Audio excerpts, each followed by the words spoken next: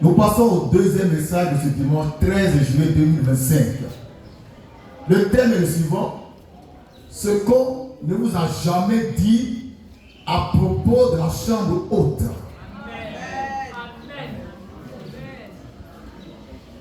Ce qu'on ne vous a jamais expliqué. Je vais vous expliquer ce matin. Amen. Ce n'est pas écrit dans la Bible. Et ça me plaît comme ça. Mais avant cela, je vais rendre un témoignage de la part de la maman, notre maman, la maman de Gatien. Le dimanche dernier, le dimanche 6 juillet, c'est bien ça? Elle m'a vu pour donner son témoignage de guérison divine, de bienfait du Seigneur. Elle m'a dit que pendant des années, elle n'arrivait pas à faire pipi sans pleurer. Elle va pleurer, ça ne sort pas. Elle souffrait de mal qui a bloqué tout le système urinaire. Donc elle ne peut pas faire pipi. Elle pleure, elle pleure, elle pleure. Pendant longtemps. Et Dieu faisant grâce, elle est arrivée chez son fils Gatien. Et puis elle a commencé à fréquenter l'église de la Manne Fraîche.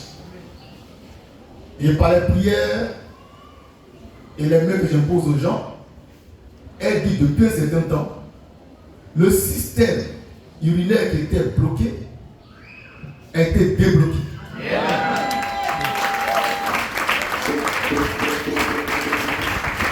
Et elle fait pipi sans problème, sans douleur. Ça, c'est la main fraîche. C'est la grâce de Jésus-Christ. Le roi des rois, notre Seigneur et guérisseur. Vous savez, il se passe beaucoup de choses qu'on ignore. Parce qu'on n'a pas les yeux pour voir ce que Dieu voit et fait dans l'invisible. Chaque fois que Dieu doit descendre sur terre, les cieux s'ouvrent. Quand Dieu doit parler, les cieux s'ouvrent. Et quand il finit d'agir par sa parole, qui s'est matérialisée, la parole retourne à lui, ça s'ouvre, elle rentre, ça se ferme. J'explique un mystère du royaume des cieux. Parce que j'ai vu, que je raconte. Je reprends. Dieu veut donner une parole qui doit venir sur terre.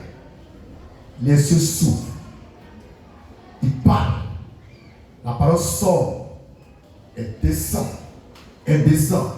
Et puis elle rentre en moi. Pour accomplir ce pourquoi elle a été prononcée. Après ça, elle retourne en Dieu. Dans son retour, les cieux qui étaient fermés s'ouvrent encore. Et puis elle rentre en Dieu et les cieux se referment derrière elle. Dans le dimanche passé, je disais quoi? Je vois les cieux ouverts. Je vois les cieux ouverts. J'ai l'œil pour voir ça. Je suis un nègre. Et quand j'ai dit ça, de façon instantanée, l'onction a commencé à se manifester dans la vie de chacun en particulier. Et vous êtes témoin de ces choses. Papas et mamans, chaque fois que Dieu veut faire une action sur terre, les cieux s'ouvrent. Il finit l'action, l'onction ou la parole retourne à lui, ça se ferme encore. Que son nom soit béni. Maintenant, la Pentecôte, il s'est passé quoi? D'abord, on va lire ce qui est écrit, et je vais révéler ce qui n'est pas écrit. La parole. Lecture, Acte chapitre 2. Lecture. Acte chapitre 2. Verset 1er à 3. Oui. Le jour de la Pentecôte, Le jour de la Pentecôte, ils étaient tous ensemble. Oui. Dans un même lieu. Dans un même lieu. Tout à coup, il vient du ciel. Il vient du ciel. Un bruit. Comme celui d'un vent impétueux. Et il remplit toute la maison où ils étaient assis. Des langues. Semblables à des langues de feu. Leur apparut. Séparés. Les unes d'avec les autres. Et se posaient sur chacun d'eux. Des langues de feu apparurent aux disciples d'environ 120 personnes. D'accord? Et puis la Bible dit quoi? Elle apparut, séparées les unes des autres. Il y a eu une séparation des langues de feu. Mais avant la séparation, c'était comment? C'est ce que je vais révéler. Ça, c'est pas de la Bible. Et c'est pour les aides. Les langues se sont séparées. C'est une division des langues. Il y avait environ 120 personnes. Maintenant, les 120 personnes attendaient une seule promesse. Le feu divin qui doit tomber sur elle le jour de la Pentecôte. Mais est-ce que le feu là, depuis les cieux, s'est séparé en 120 disciples, 120 langues de feu, pour venir sur eux? Non! Non! Le feu est tombé en tant qu'entité, un bloc. Et l'apôtre Pierre, à qui Jésus devait remettre les clés du royaume des cieux, a été le premier à recevoir le baptême de feu. Le premier à être baptisé de feu, c'était l'apôtre Pierre. Maintenant, le mystère se voit. J'ai plus que Dieu ouvre vos yeux pour vous suivre ça en même temps que moi. Parce que là, on est sorti de la Bible. Nous sommes dans la parole. Ceux qui n'ont pas écrit, moi je ne vais pas les sortir. Ceux qui n'ont pas écrit, moi je vais dire ça. Et puis c'est pour vous. Les aides. L'onction vient, le feu vient sur l'apôtre Pierre d'abord. Le premier à baptiser le feu, c'était l'apôtre Pierre. Maintenant, Dieu fait quoi? De façon instantanée. Il fait un prélèvement d'esprit.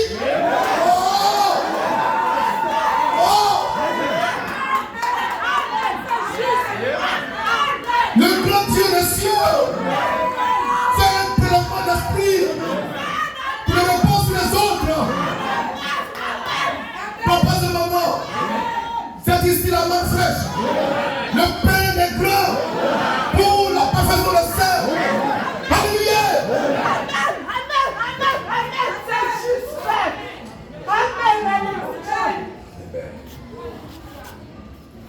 Dans la chambre haute,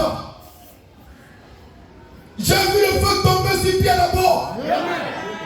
Oh.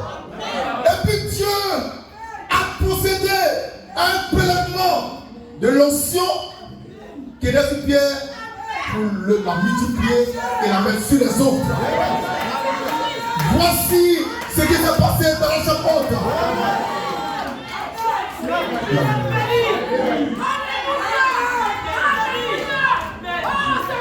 Alléluia. Papa et maman.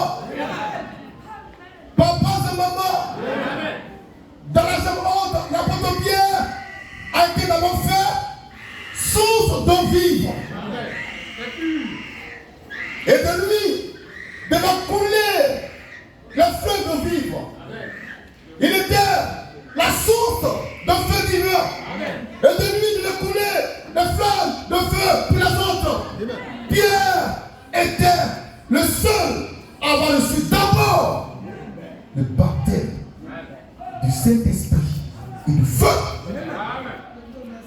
Et Dieu, par le mystère glorieux du prélèvement de l'Esprit, il va prélever l'Esprit qu'il a mis sur Pierre pour le répandre sur les autres. Je l'ai vu. Je rends témoignage.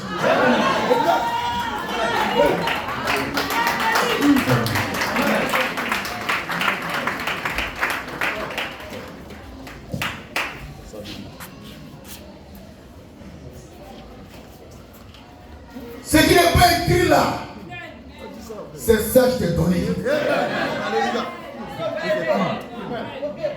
Et c'est pas fini.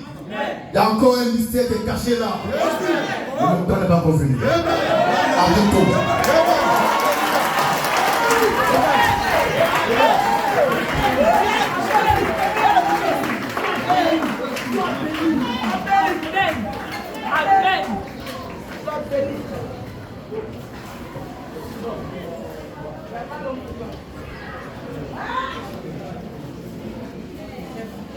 C'est la promesse de la dernière pluie. On s'entend que